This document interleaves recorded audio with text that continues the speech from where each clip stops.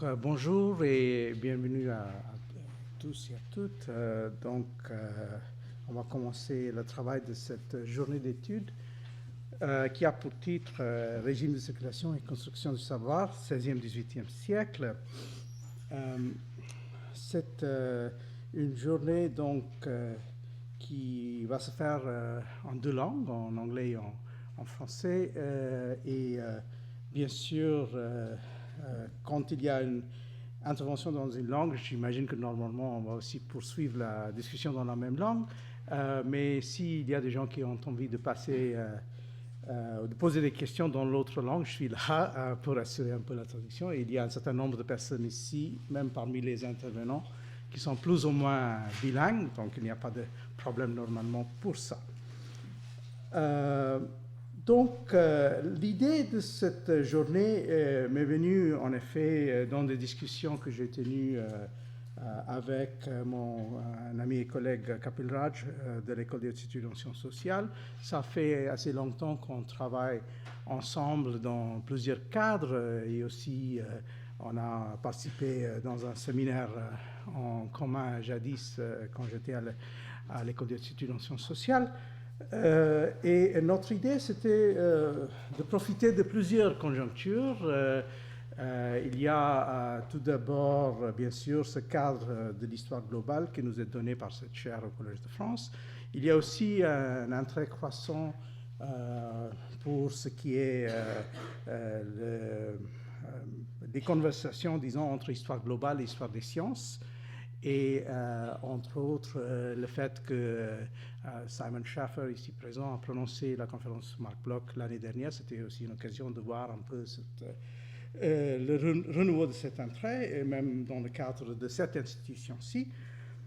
Et finalement, aussi, il faut que je mentionne quand même que ça se place dans une série d'événements qui auront lieu, entre autres, parce que le mois de mai, Carlo Ginzburg est invité au Collège de France pour prononcer donc 4 conférences entre le 4 et le 26 mai. Donc on va aussi se situer un peu par rapport à cet événement. Avant de passer à mes remarques à titre d'introduction, je vais juste dire donc 2 mots en anglais. Welcome to all of you who are here and who will speak in English.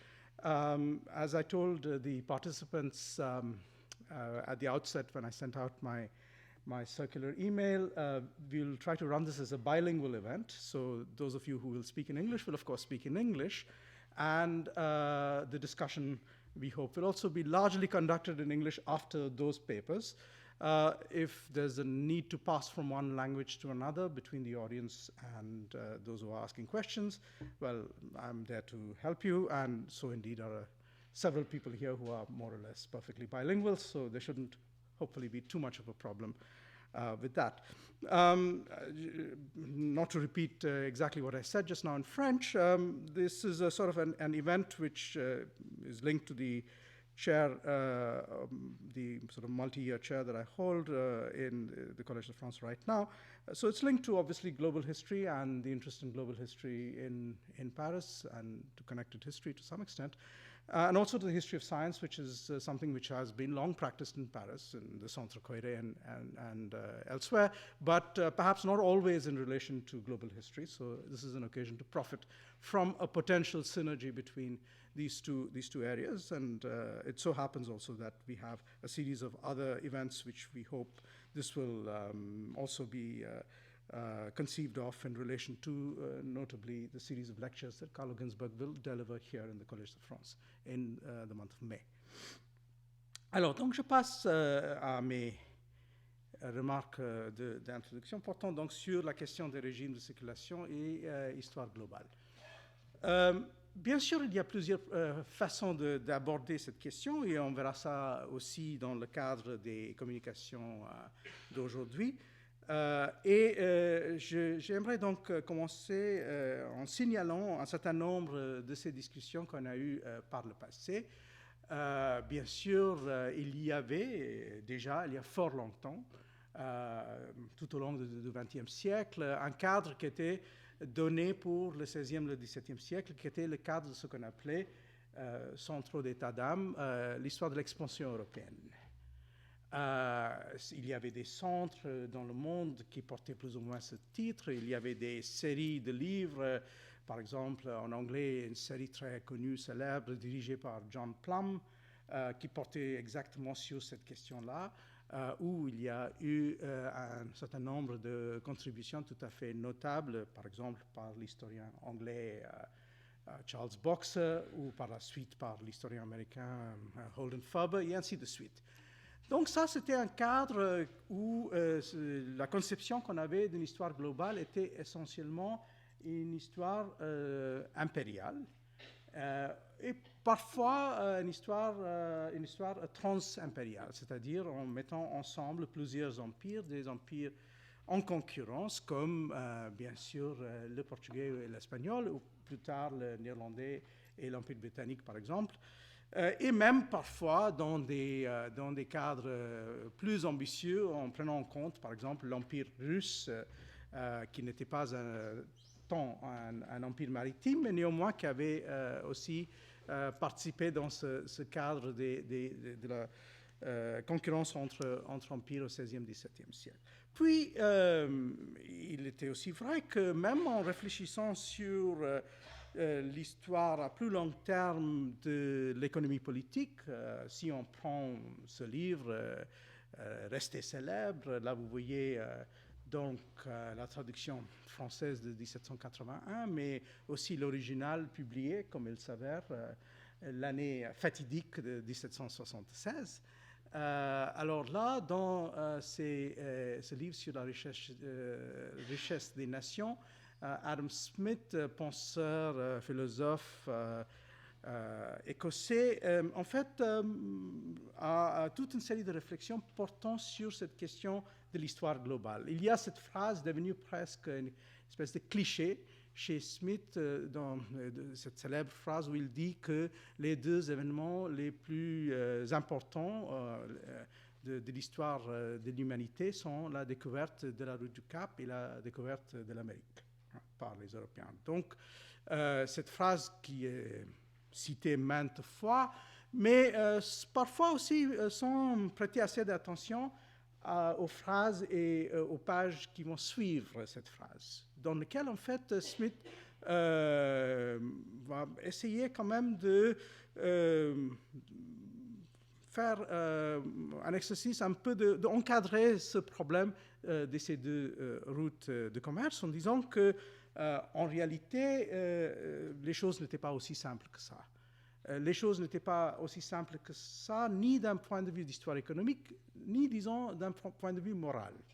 Parce qu'il a très bien reconnu que si c'était d'une importance, ce n'était pas forcément des événements positifs pour tout le monde. Il le reconnaît, par exemple, volontiers que pour les habitants de l'Amérique, ce qui a suivi la découverte était plus ou moins un désastre, au moins pour certaines communautés.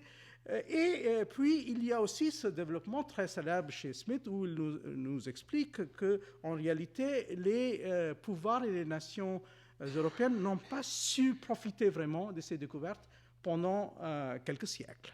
Pourquoi? Parce qu'ils n'étaient pas capables de comprendre que la meilleure façon d'utiliser et d'aborder ces découvertes était en passant par un régime de libre commerce, ce qu'ils étaient incapables de faire. Et donc là, ils lancent ces célèbres attaques contre à la fois le mercantilisme mais aussi le régime des compagnies de commerce. Il est très très connu pour ses critiques, on le sait, par exemple de la compagnie anglaise, de la compagnie britannique et son comportement, même avant la conquête du Bengale, pour ne pas parler de la situation après 1757.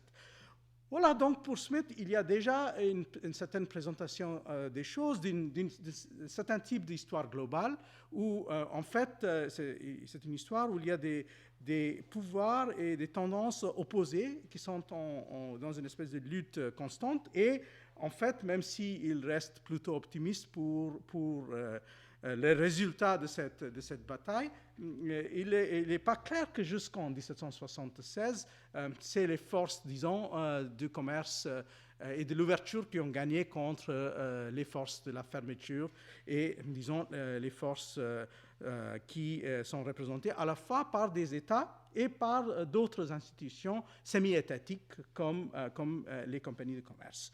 C'est une réflexion donc qui nous aide aussi pour une autre raison sur laquelle je vais revenir vers la fin de mes remarques. Mais il faut dire que dans les, disons, 15-20 dernières années, nous sommes revenus sur ces questions, bien sûr, posées par Smith, mais aussi par pas mal d'autres écrivains dans le cadre de l'économie politique du XVIIIe siècle. Là, je vous donne donc trois exemples, des exemples assez différents, dans lesquels plusieurs personnes dans cette salle ont participé d'une façon ou d'une autre. Donc là, vous aviez le livre qu'on avait fait à la suite d'un séminaire portant sur les questions de société et circulation, centré sur l'Asie du Sud, mais en fin de compte, posant des questions plus larges, et notamment en mettant en avant cette idée que pour comprendre l'histoire de plusieurs continents et aussi des espaces plus limités, c'était utile de penser en termes pas seulement des communautés fixes, mais aussi des systèmes de circulation, et même ce qu'on appelait donc dans l'introduction de ce livre des régimes de circulation, des régimes donc qui sont aussi conçus en termes de cadre politique, de cadre institutionnel et autres. Donc ça c'est quelque chose, comme je viens de vous dire, qui n'est pas conçu à l'échelle globale, mais qui a des concepts qui se prêtent enfin à être utilisés dans des cadres assez différents et des échelles spatiales assez différentes. Par la suite, donc, on a eu toujours à Paris ce livre de Gruzinski, Serge Gruzinski, qui il aussi est en quelque sorte le résultat de discussions qu'on a eues dans des séminaires portant, par exemple, sur le rapport entre l'histoire de l'Amérique et l'histoire de l'Asie. Et là, dans ce cadre, en fait, Gruzinski va essayer de redéfinir et retravailler une histoire impériale. Donc, vous voyez que dans le sous-titre, il parle de l'histoire d'une mondialisation, mais pour lui, en fin de compte, cette mondialisation, c'est une mondialisation ibérique, et le gros de la discussion dans ce livre, c'est sur le rapport entre Empire espagnol et Empire portugais, mais là encore, c'est une tentative de retravailler, refaire un peu cette vieille histoire de l'expansion européenne, mais en recentrant un peu le regard, car, comme vous le savez sans doute, Serge Gruzinski, étant spécialiste de l'histoire mexicaine et de l'Amérique latine, a voulu aussi un peu sortir de ce regard centré sur l'Europe. Et finalement, le troisième exemple que j'ai pris ici, c'est un exemple d'un livre qui a été co-dirigé, entre autres, par Simon Scheffer, Capelraj et Lisa Roberts et James Del Burgo. Et là, c'est plutôt une question de ce qu'on appelait parfois dans le langage des études en français des passeurs culturels. Mais ici, donc, c'est ce qu'on appelle les go-betweens.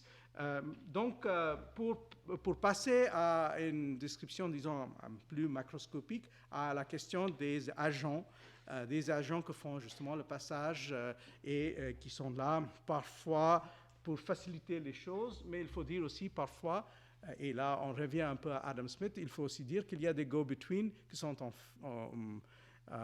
fin de compte des empêcheurs, des gens qui sont là en fait pour créer des problèmes pour la circulation des choses. Et en fait, c'est aussi cet aspect-là qu'il faut prendre en compte. Si on pense justement, par exemple, aux employés de la compagnie hollandaise ou la compagnie anglaise, souvent, ils ne facilitent pas du tout ni la circulation des commodités, ni la circulation des savoirs.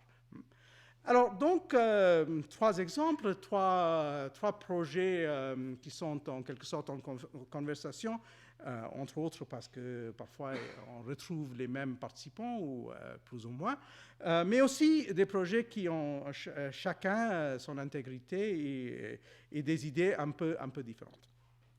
Alors, donc, vous savez encore qu'il y a ces coupages disciplinaires qui font que quand on parle justement de ces questions de circulation, ces questions sont prises d'une façon assez différente par des sous-disciplines. Là, vous aviez une espèce de map monde qui trace les voies de circulation. Bien sûr, là, on retrouve un peu le plan, soi-disant, des empires en expansion.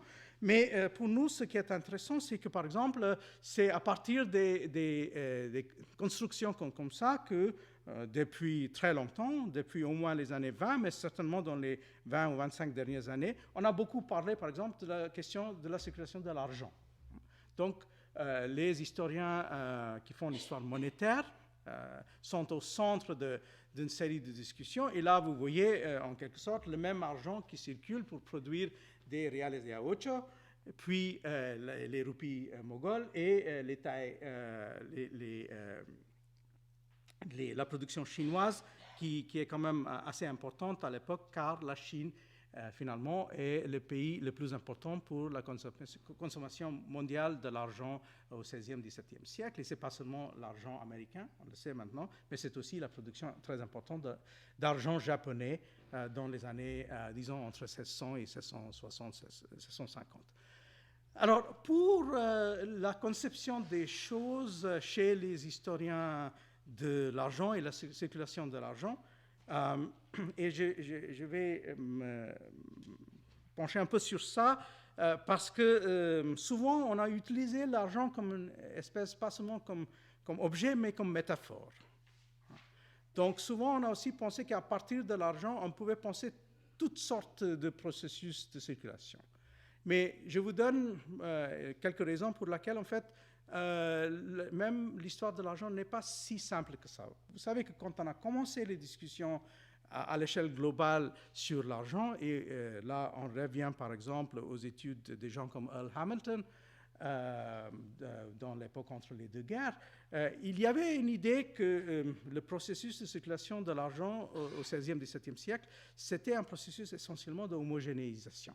C'est-à-dire, il y avait, bien sûr, l'argent avait ses origines, et il y avait donc des flux, et il y avait donc des points de départ, des points d'arrivée, mais l'idée était que partout, il y avait de l'inflation qui se produisait, et donc qu'à ce niveau-là, on pouvait mettre en pied d'égalité, par exemple, l'Espagne, le Portugal, la France, l'Empire ottoman, la Chine, partout, il y avait les mêmes processus. Il y avait donc, plus ou moins, suivant la théorie quantitative de l'argent, on pouvait arriver plus ou moins à décrire un processus qui était à peu près égal partout. Mais ce qu'on sait depuis au moins 30 ans maintenant, c'est que ça, c'est tout sauf la vérité. Parce que, en réalité, le processus de circulation d'argent, déjà, on est dans un cadre qui est plus compliqué, car Hamilton, par exemple, ne prenait pas en compte l'argent japonais. Donc déjà, il n'y a pas un centre, il y a déjà deux centres, au moins, pour ne pas parler d'autres producteurs mineurs, mais aussi les effets sont tout à fait différents dans des régions différentes du monde. C'est-à-dire, si on regarde l'inflation soi-disant ottomane, en réalité, ça n'a pas grand-chose à voir ni avec le timing, ni avec les processus au niveau de l'histoire sociale même qu'on trouve en Espagne. Donc, cette célèbre phrase de Pierre Vilar, l'âge de Don Quixote, qui représentait en quelque sorte une Espagne qui était dans une confusion, justement, qui avait comme base l'histoire monétaire. C'est pas du tout comme ça qu'il faut comprendre ce qui s'est passé, par exemple, avec les janissaires au début du XVIIe siècle, car en fait, l'inflation ottomane est essentiellement basée sur les changements dans le système monétaire même, et pas forcément dans le simple processus de l'arrivée de l'argent venant d'ailleurs. Donc vous voyez que déjà, avec un point de départ soi-disant aussi simple que l'argent, ça fonctionne pas très bien en tant que métaphore en tout cas, mais ça nous donne déjà une idée de la complexité des choses. Comme vous savez encore, et là on va certainement parler de ça au long de cette journée, l'autre point de départ pour les discussions sur ces circulations de 16e, 17e et 18e, c'est la main-d'œuvre. Ça, c'est une autre grandes questions, et surtout les discussions sur l'esclavage. Et notamment, il y a eu des efforts pour essayer, dans le cadre de l'Atlantique, de quantifier la circulation des esclaves. Il y a le projet de David Eltis et autres pour faire un recensement donc, de cette circulation. Mais avec le passage du temps, on s'est rendu compte que même si c'était en fin de compte possible de rendre dans toute sa complexité cette circulation qui n'est pas du tout dans les mêmes cadres ou les mêmes circuits que l'histoire de l'argent que je viens de décrire, il y avait aussi une faiblesse assez énorme, c'est-à-dire en se concentrant sur l'Atlantique, on a oublié que la circulation de la main-d'œuvre et même des esclaves était aussi importante dans d'autres cadres. Donc on ne pouvait certainement pas oublier qu'il y avait aussi, par exemple, une circulation dans le cadre de l'océan Indien. Et cette carte-là, en fait, est assez défectueuse parce que ici, on a l'impression, en regardant cette carte, que tout se passe à partir de l'Afrique, tandis qu'en réalité, il y avait aussi pas mal de commerce d'esclaves, par exemple, à partir de l'Asie du Sud-Est, à partir de la Birmanie, à partir du Bengale. Donc, si on a envie de se rendre compte du monde de circulation de la main-d'œuvre dans le cadre de l'océan Indien, en fait, il faut imaginer une carte beaucoup plus remplie et aussi avec des rapports qui sont beaucoup plus multidirectionnels en fin de compte et pas seulement une question où on a l'impression qu'il y a de la main-d'œuvre au départ de l'Afrique dans les deux sens, qui est un peu l'impression qu'on a à partir de ces cartes-là. Voilà donc un autre cadre qu'on va discuter sans doute parce que ce sont des circulations, mais avec ces circulations, il y a aussi des savoirs qui vont passer.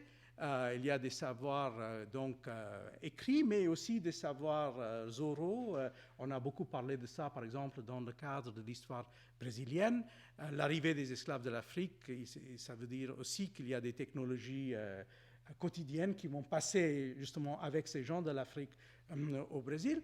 On peut dire la même chose sur d'autres types de circulation.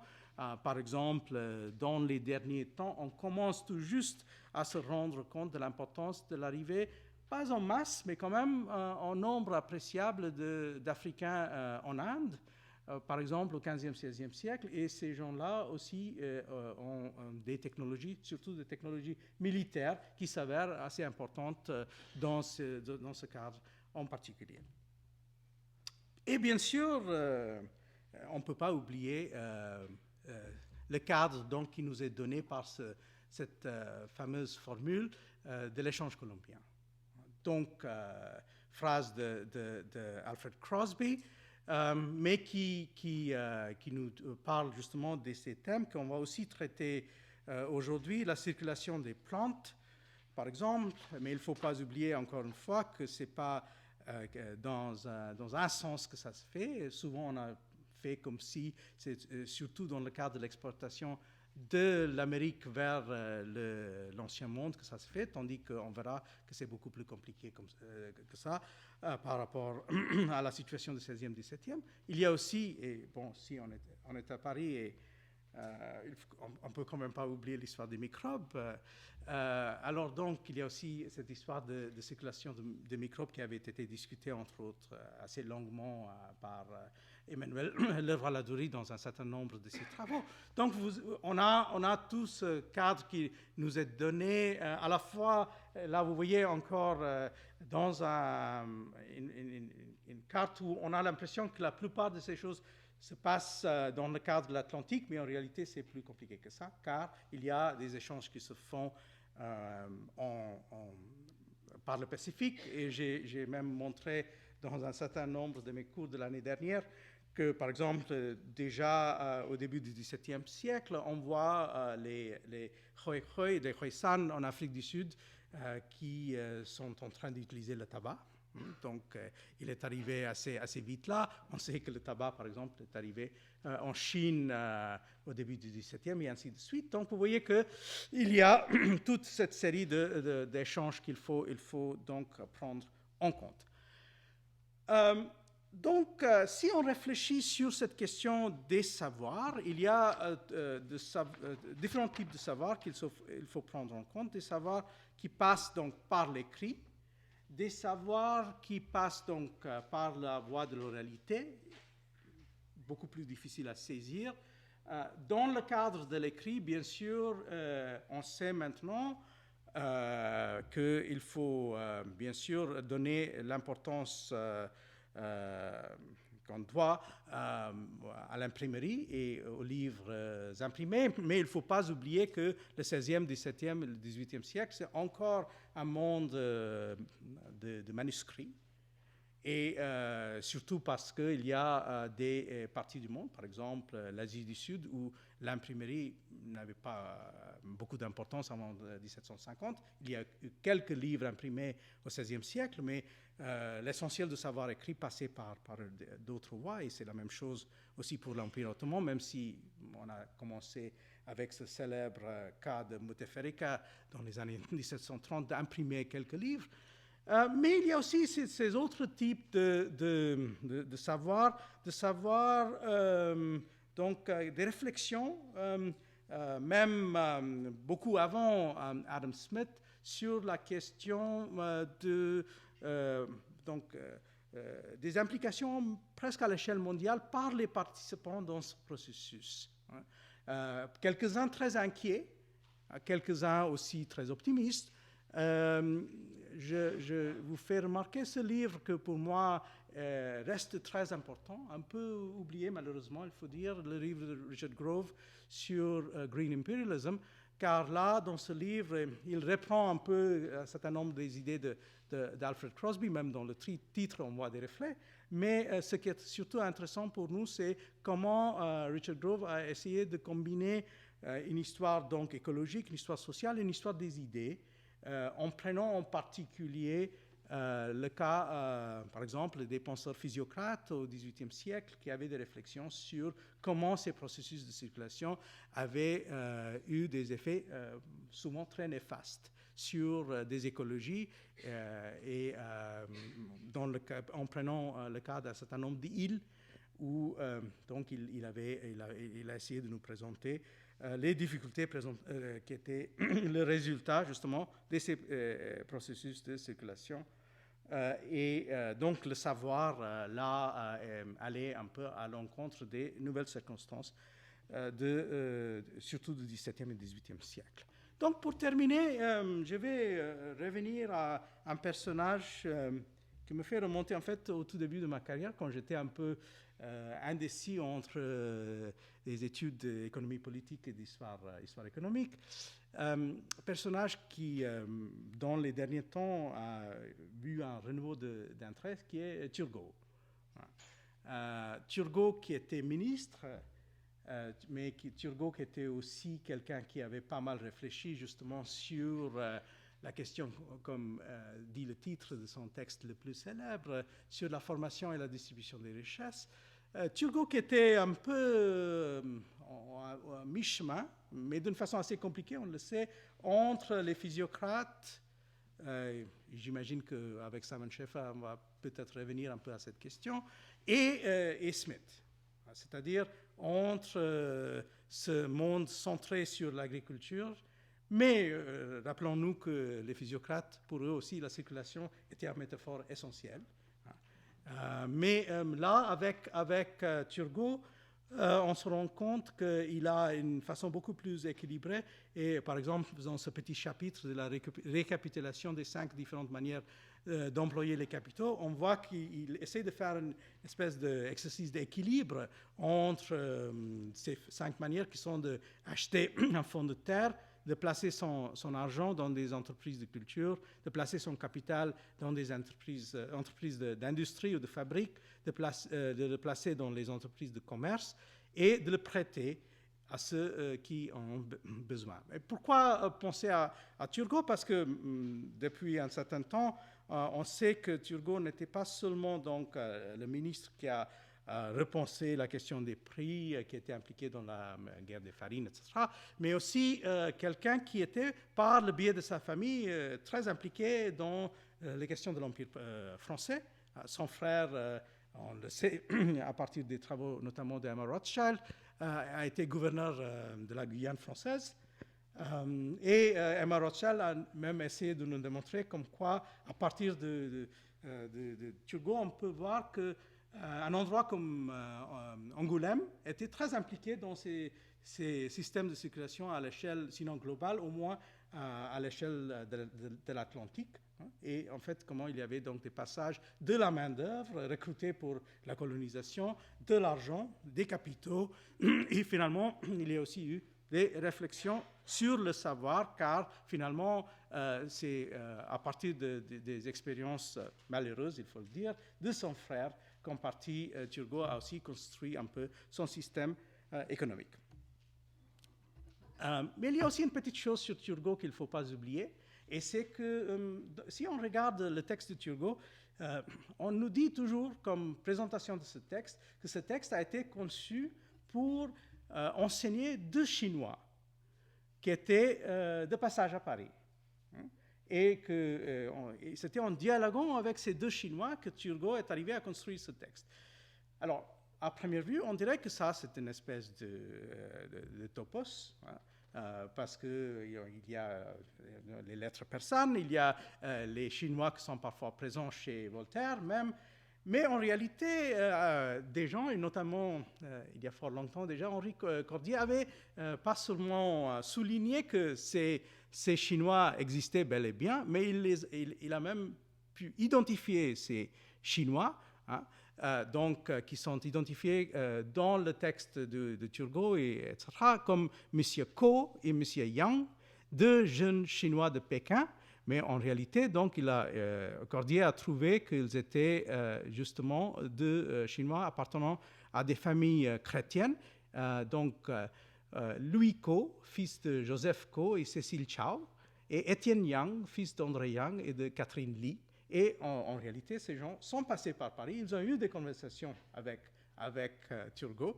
Donc parfois, il vaut mieux pas être trop sceptique et prendre les choses comme ils sont. Voilà, donc il y a un proverbe turc, m'a-t-on dit, qui dit si vous avez des doutes, il faut aller chercher la sagesse en Chine. Manifestement, c'était un peu le cas.